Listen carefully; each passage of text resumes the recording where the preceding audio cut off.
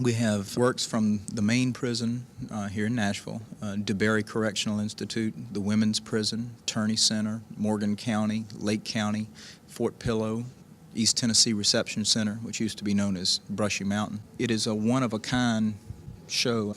The state of Tennessee does not do this. Separate institutions may have art shows, but none try to encompass the whole system.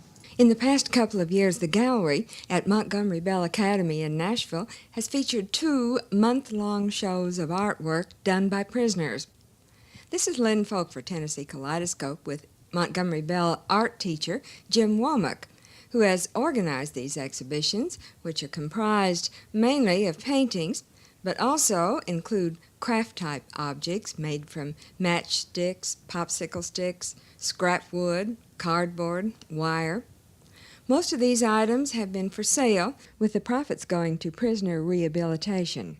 The concept of a show like this has attracted the artists, with some 30 inmates displaying more than 200 pieces of work in this year's show. The work's done by a variety of inmates, whether long-term or short-term, whatever sentences. Those who have heard about it have told other friends, and they have submitted work. What we eventually hope to do in the long run is to put together a show of selected works representing a wide variety of works that are done behind the bars, and of traveling it around the state to Chattanooga, to Knoxville, to Memphis, and then maybe back to Nashville. Because being a school, the reason that we're doing this is to educate, to present a different image of the inmate as an individual, give him a chance to be a little bit more productive. And it has tremendous potential, both for this community, this school, and also for the men and women behind bars.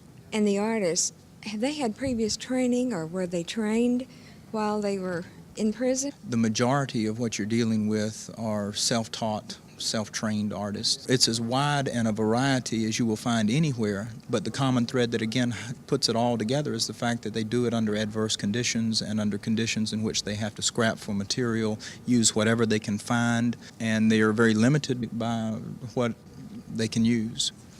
I see some portraits, and I saw one of a baby or young child. Are these paintings of their families? Most of them are. What you will find is that oftentimes the only chance that these men and women have of selling their work is of offering their services to do portraits for fellow inmates, or even for guards. And you'll find a lot who over the years have sort of developed a clientele of people that will come to them for portraits and this kind of thing. Do you suppose, or maybe they've indicated to you, that they intend to continue their artwork when they get out of prison? Some of them have. When you realize that in the context of the prison, that it's one of those things that really has helped maintain some sanity, that has helped maintain some idea of individuality. So I think it becomes important as a result of that. Now, whether they continue on, try to make a living out of it, there's some question about that. Are most of these the younger men in the prison, or older men? Of the ones that I have dealt with, most of them are in their 30s, I would say. What do the artists do with these? How do they store them in the prison? Are they able to keep them in their cells? This is a difficult problem, because you have to realize in the cells you're dealing with a little room, little light, little space to even be able to work with. For the majority of these men, they have to either keep them with family, but they can send them out. It's much easier to get work out of the prison than it is to take materials in, believe me. Did you make the selection of the paintings and objects that were to be in this show? No, what I did was, to the best of my ability, put up everything that I got. I feel an obligation to those who send in work, regardless of the quality, of being able to present it to the public. Some choices have been made regarding the subject matter and so forth, but there are only a very few works that fall into that category. Jim Womack, art teacher at Montgomery Bell Academy in Nashville. In the next program, Tennessee Kaleidoscope goes behind the gates of the Tennessee State Prison to talk with one of the inmate artists. Tennessee Kaleidoscope, made possible with the joint support of the National Endowment for the Arts, the Tennessee Arts Commission, and the WPLN Educational Foundation. This is Lynn Folk.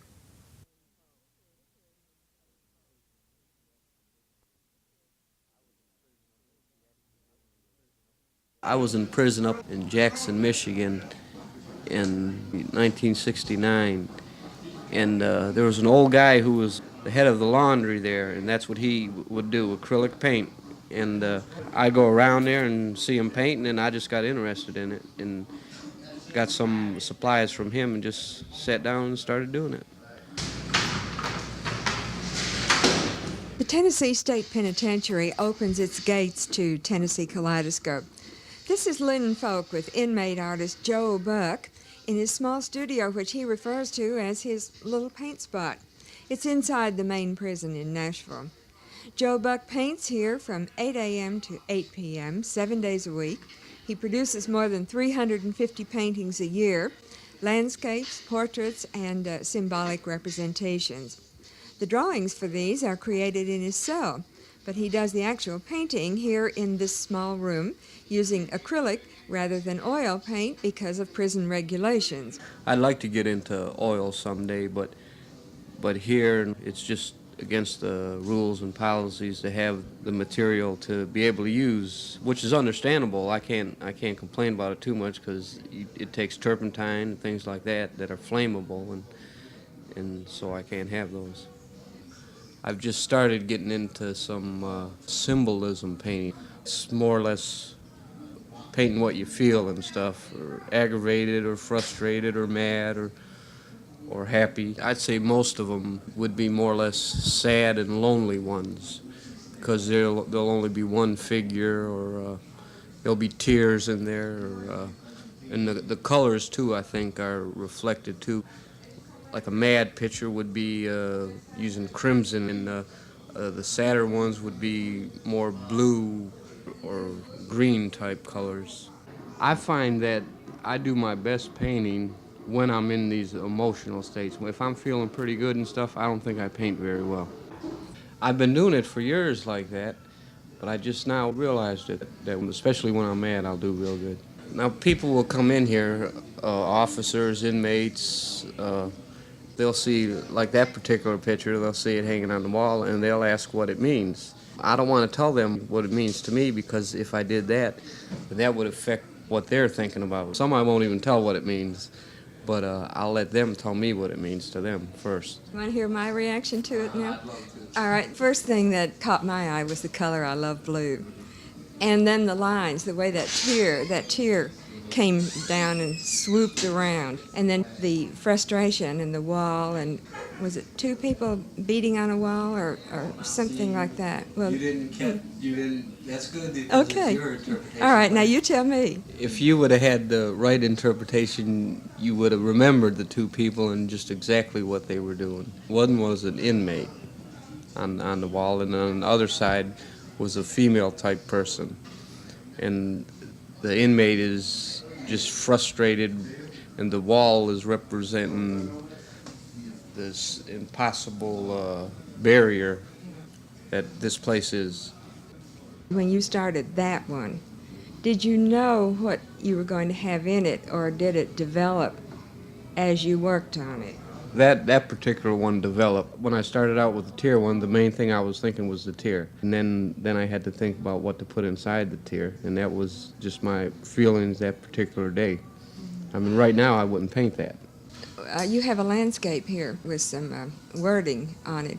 A farm setting, and then this little saying here, without dreams there is no need to work, without work there is no need to dream.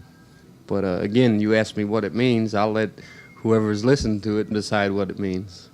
But to me, this was a happy type thing, though. Where did you get the saying? Is that something that you just thought about, or is it something you read? Or? Well, someone gave me a little card, and it had something about dream on and believing, and I just went from there with it. Artist Joe Buck, an inmate at the Tennessee State Penitentiary. He's the staff artist for the prison newspaper, and some of his large paintings are on permanent display in the lobby of the main prison. This program, Tennessee Kaleidoscope, made possible with the joint support of the National Endowment for the Arts, the Tennessee Arts Commission, and Dale and Associates of Nashville, civil engineers, and land planners. This is Lynn Folk.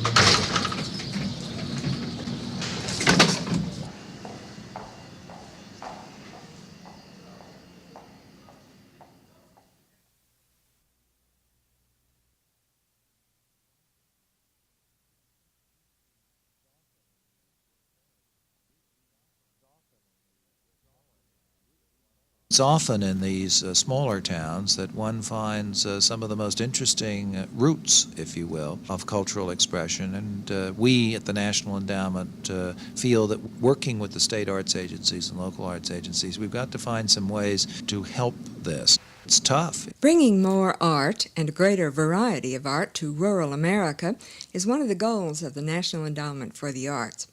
This is Lynn Folk for Tennessee Kaleidoscope with Frank Hodsoll, chairman of the National Endowment, and according to him, there are some obstacles and uncertainties to be overcome before this can be accomplished. In terms of bringing art in, it's enormously expensive because you're talking about very small audiences and it's not on interstate highways and there are no airplane connections and so on. And I don't have a complete answer to how one is going to do this, but I'm determined, one, to start the dialogue, and two, to see if there aren't some ways to improve the situation. I think education is going to be important. I think that if we can get more art into the schools, including rural schools, it will start if you will, a little bit of a snowball in this direction. With an appropriate quotation, Chairman Hodsoll referred to the fact that art not only needs to be discovered, it needs to be unwrapped. Quoting from Elliot Eisner, the professor at Stanford University, who said it as eloquently as anyone, he makes the point that no one can express in words what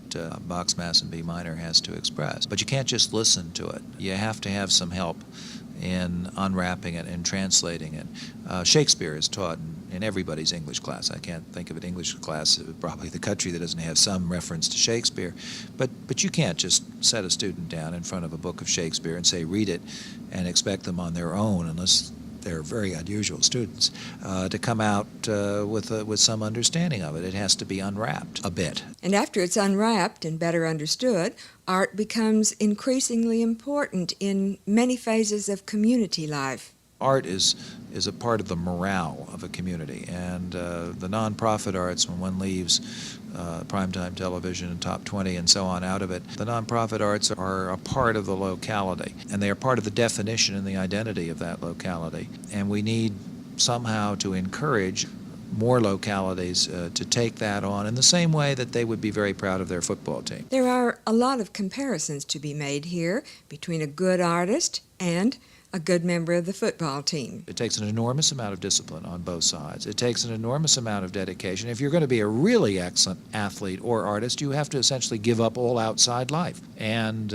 while the techniques of being a good athlete or being a good artist can be learned, the inspiration of being a truly great artist or a truly great athlete has to come somehow from within, whether that's something one's born with or something one develops from one's family life, I don't know, but it's a combination. With the National Endowment working with state art agencies throughout the country, their relationship to each other is that of a partnership. Helping the arts, we both spend taxpayers' dollars.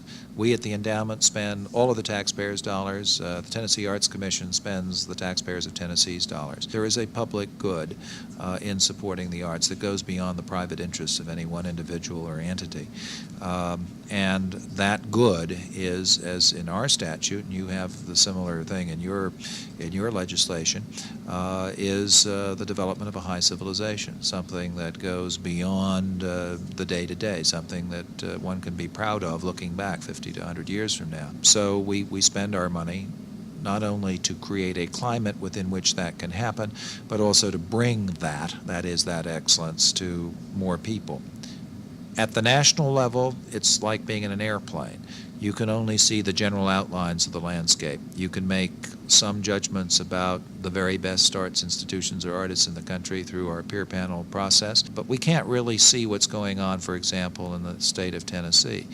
We have a sense, a little bit, of what's going on in Knoxville or Nashville or Memphis or Chattanooga, perhaps, but we sure don't have a sense of what's going on in a lot of the smaller towns. And so we need the state and local arts agencies' help in figuring out how to translate theory into practice right here where the arts are. Tennessee Kaleidoscope is one of the programs made possible by this partnership, the partnership of a state agency, which is the Tennessee Arts Commission, and the National Endowment for the Arts. The National Endowment has been in existence for 20 years now, and many Tennesseans are members of National Endowment advisory panels. Chairman Frank Hodsoll was a featured speaker at the 1985 statewide arts conference in Knoxville. This is Lynn Folk.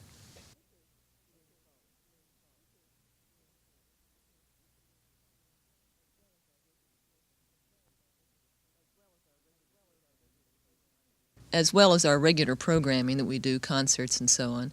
This year, particularly in the spring, we're trying to focus in on some of the native Tennessee writers, particularly those from the Memphis area, a few a little more local than that. But we're going to try to bring in some writers, take them around to the various schools. One of the Homecoming 86 special events for the city of Dyersburg, where the Arts Council plans to focus on Tennessee writers as a part of its ongoing emphasis on education involving the arts. This is Lynn Folk for Tennessee Kaleidoscope with Dr. Carol Feather of Dyersburg State Community College and a member of the Arts Council, as we discussed some visual arts and special musical homecoming events, as well as the Writers Project. The Arts Council tries to do a great deal in the area of education. We take programs every year out to the county schools and to the city schools. Writers, now, these writers are coming here. Are they writers who are writing at this time? Yes, indeed. In fact, there are several people out of the Memphis area. St. Luke's Press down in Memphis, a local firm, has fed us several writers over the past, 5 or 6 years. There's a fellow down there who's doing some historical novels based on happenings in the Memphis area. He did one called Gayoso Bio a couple years ago, and we're hoping to have him back and several others. How about artists, painters, sculptors? Is your Arts Council doing anything with them, or do you have an art gallery here? The community college has an art exhibit every month, and some of the exhibits this year will be from local people from the Jackson area. The superintendent of the city schools, his wife, who just moved in town this year, we're hoping to get for an exhibit. One of the art teachers at Dyersburg High School is going to do an exhibit for us. Also, the Community Concert Association is planning a folk guitarist and singer, so that particular program is designated as their 86th festivity. Also, kind of a joint venture we're trying, and I'm not sure how well this one's going to come off, but basically in the years about 1931 through about 52, there was a local band in town called the Podyko Band, led by a fellow named Bowdy Poston.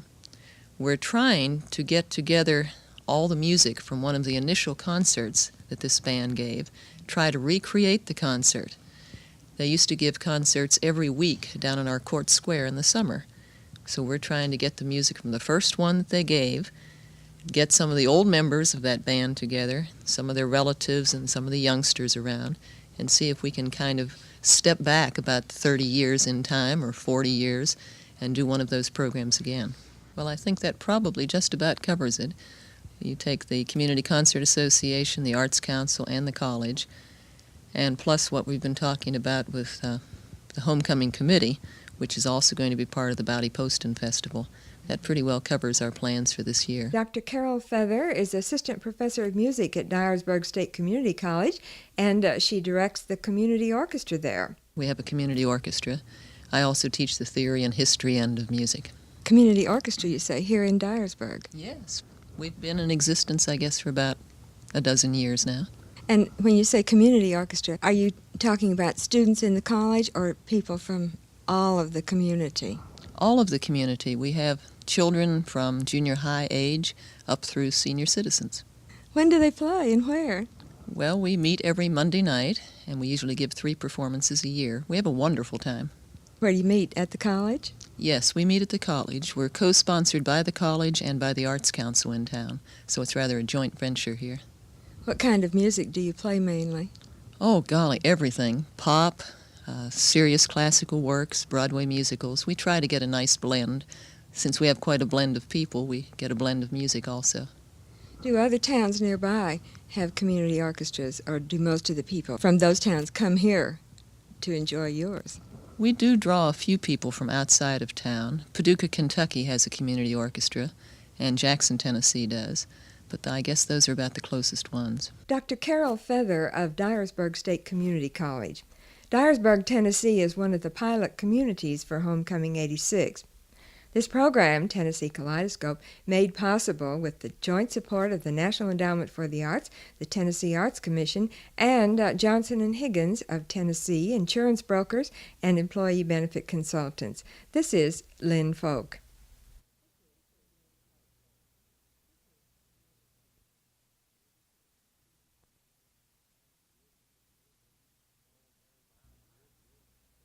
About 5 years ago, several of us were in a parking lot in Green Hills. Somebody said, "Why don't we publish a magazine?"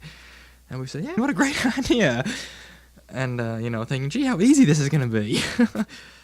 But getting incorporated and getting the money together and getting this thing designed and getting the word out and trying to get named poets, particularly, was quite a job. The beginnings of the Cumberland Poetry Review, a semi-annual publication originating in Nashville, devoted to fine poetry and designed to present poets of diverse origins to a widespread audience. This is Lynn Folk for Tennessee Kaleidoscope with Robert Holliday, one of the 9 members of the editorial board of Cumberland Poetry Review. The publication places no restrictions on form, subject, or style, but there are standards which must be met, and material comes from all over the world. We will take anything from anybody. It's not so much where they come, it's the quality of their work.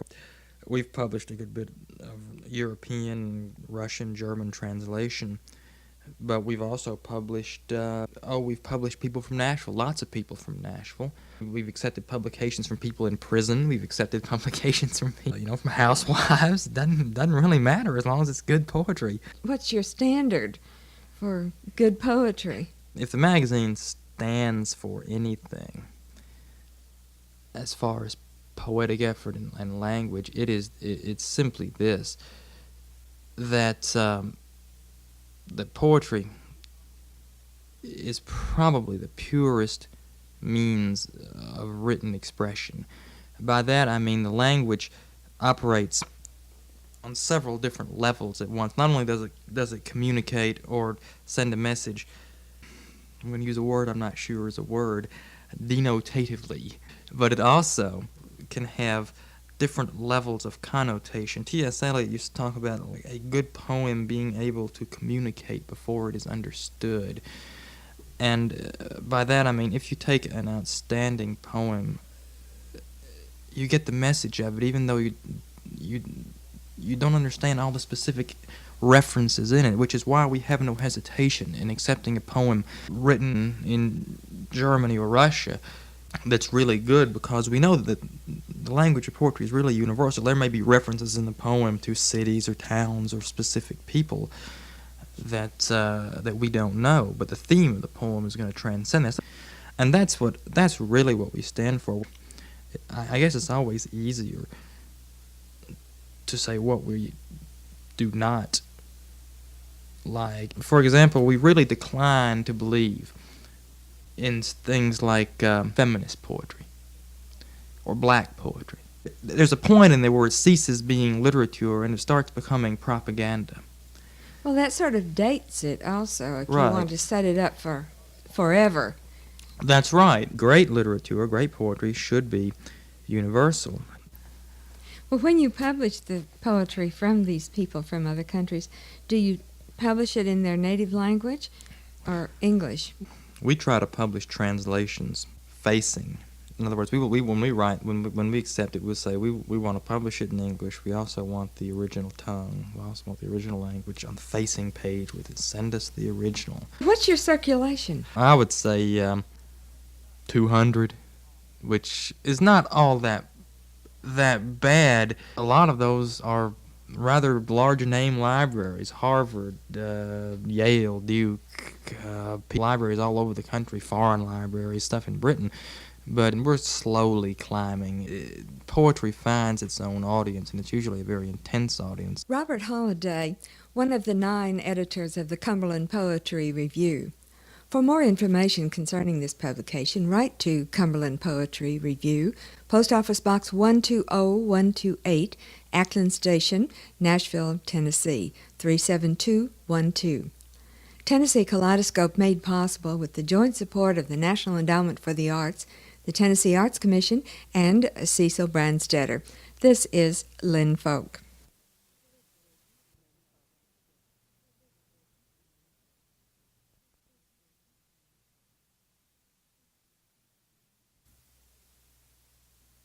There's a marvelous reaction that instruments have. They are almost human. And they react to cold, they react to heat in the same way, and you have to help them along, and you have to cover them up and watch out for them. And the older that they get, the more you have to watch out for them. Bruce Prince Joseph refers to himself as a keyboard geriatric specialist, and he spends much of his time restoring old instruments. Presently, he's working on the grand piano in the museum at Traveller's Rest, a piano which was given to young Annie Overton, John Overton's granddaughter, who grew up at Traveller's Rest back in the 1850s. This is Lynn Folk for Tennessee Kaleidoscope with Bruce Prince Joseph, who for 20 years was principal keyboard artist with the New York Philharmonic and chairman of the music department at Hunter College. That piano was made in 1858, made by the William Knabe Company, and it seems that it was one of 4 that the Knabe Company made. 2 have been destroyed, and there are 2 that remain, one in the museum, the other one at Traveller's Rest. And this one at Traveller's Rest is a perfectly exquisite instrument. It is a square grand. It is probably the most ornate instrument I have ever seen outside of the Italian collections. It is all hand-carved. It's a Moorish design. It seems to be a combination of woods, mahogany, rosewood, fruit woods, and cloisonné and inlaid mother of pearl. If the instrument were to be made today, it would probably cost $100,000. I would estimate that in 1858, it probably cost in the area of about $5,000, which was a lot of money for those days. It's a perfectly exquisite instrument. It is only doubly strung instead of triply strung, as most grands are now. So it has a very limited sound. It is an intimate kind of sound.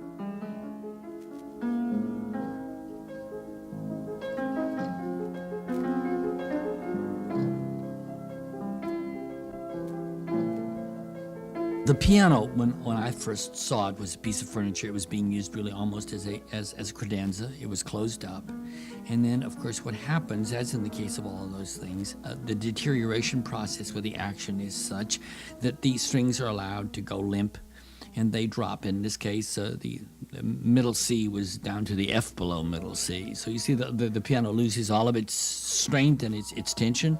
And in the action work, the hammers are in bad shape, and they need to be filed down, and many of the hammers do not work. So the action really has to be rehabilitated completely. I took the action out and took it over to my home, worked on it over there, and then came back over to the museum and put it all back together again, using most of the materials, the pieces that were laying around. And those pieces that you do not see, sometimes I had to make by hand and put it all back together. I broke only 2 of the original strings, and it has a rather delicious sound, a very limited sound. You mustn't pound on it too hard, but a very delicious sound nonetheless.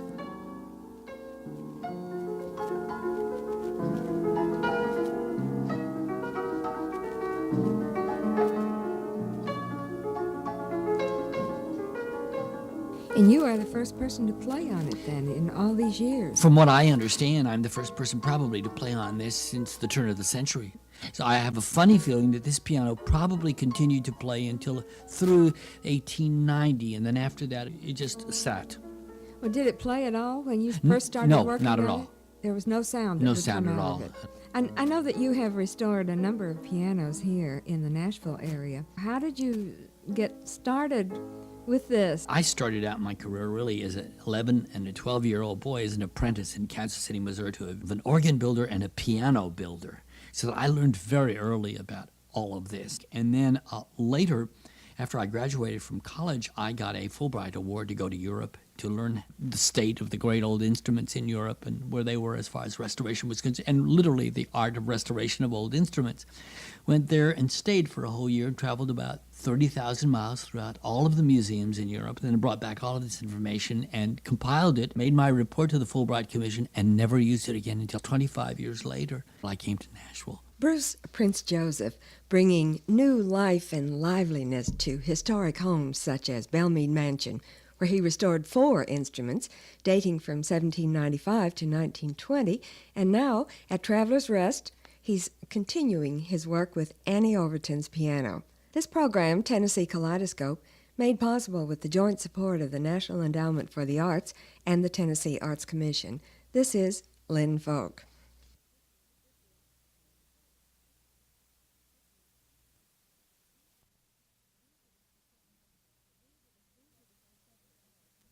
These are the 7 generals that ate dinner here before the Battle of Nashville. General Forrest, Nathan Bedford Forrest, whose portrait we have here. General W.H. Jackson, E.W. Pettus, S.D. Lee, B.F. Cheatham, J.R. Chalmers, and General Hood. And that was always the proudest day in Harriet Overton's life. She was a great Confederate and had a huge Confederate flag on the wall. And this is General Hood's signature. This is a guest book we have. A memorable night in 1864 at Traveller's Rest, which at that time was the home of Harriet Maxwell Overton and her husband, Colonel John Overton, the son of Judge John Overton, who built Traveller's Rest in 1799. It's Nashville's oldest home, open to the public, and the Civil War display is in the Craig Museum on the grounds of Traveller's Rest. This is Lynn Folk for Tennessee Kaleidoscope with Ruth Warner, Mrs. Robert Warner, Jr., chairman of the Craig Museum, which was built for the purpose of displaying relics related to Traveller's Rest, but not necessarily belonging in the house displays. We have a little Civil War display here. And of course, this was a very important place during the Civil War. The Battle of Peach Orchard Hill was right out where John Overton High School is. The restoration of the house cuts off in 1833 when Judge Overton died. So it really is cutting out a great, important period of history. And that's why we need to enlarge upon this here in the museum. When Traveller's Rest was being restored back in the 60s to the period of Judge Overton's lifetime, family members gave things to Traveller's Rest, which were things that maybe dated to the Civil War period or something like that. And so they decided it would be good to have a museum where they could display some of these things that were not appropriate for the house. And so we have a display on the plantation era, just things that might fit into that period. And then we have china that was used in the house at a later date, and a Maxwell House exhibit. Colonel John Overton bought the land for the Maxwell House. He thought he was buying a cow. He stopped downtown and saw an auction taking place, and he bid. And turned out he bought the land. And so he built the hotel right before the war. Then it was used as a Confederate hospital. And then, of course, it came into its heyday after the war. The Maxwell House referred to here was located at 4th Avenue North and Church Street in downtown Nashville. It was later destroyed by fire. The Maxwell House Hotel was named after his wife, who was Harriet Maxwell. And you see, Joel Cheek was selling this wonderful coffee blend, asked Colonel Overton if he could name the coffee in honor of the hotel. And, of course, the hotel was named after the Maxwell family. And then we also have some Indian artifacts, because this was a prehistoric Indian site. In the Craig Museum also, rosewood chairs made by Henry Belter of New York, a watercolor painting of Uncle Claiborne, the ex-slave who lived on the grounds, a display of 19th century toys, bridal clothing from the 19th century, personal items belonging to Judge John Overton, and the 1858 square grand Canabi piano, which belonged to Annie Overton Brinkley, granddaughter of Judge John Overton. Judge Overton's granddaughter was born here, and her mother died a few months after the baby was born. And so she remained at Traveller's Rest, and her grandmother raised her. Her grandmother was Judge Overton's wife, Mary, and she died in 1862. And so little Annie really grew up here, and then after her grandmother's death, she went to Memphis. Then she married Colonel Robert Bogardus Snowden and continued to live in Memphis, and her home was Ansdale, which I think is still standing.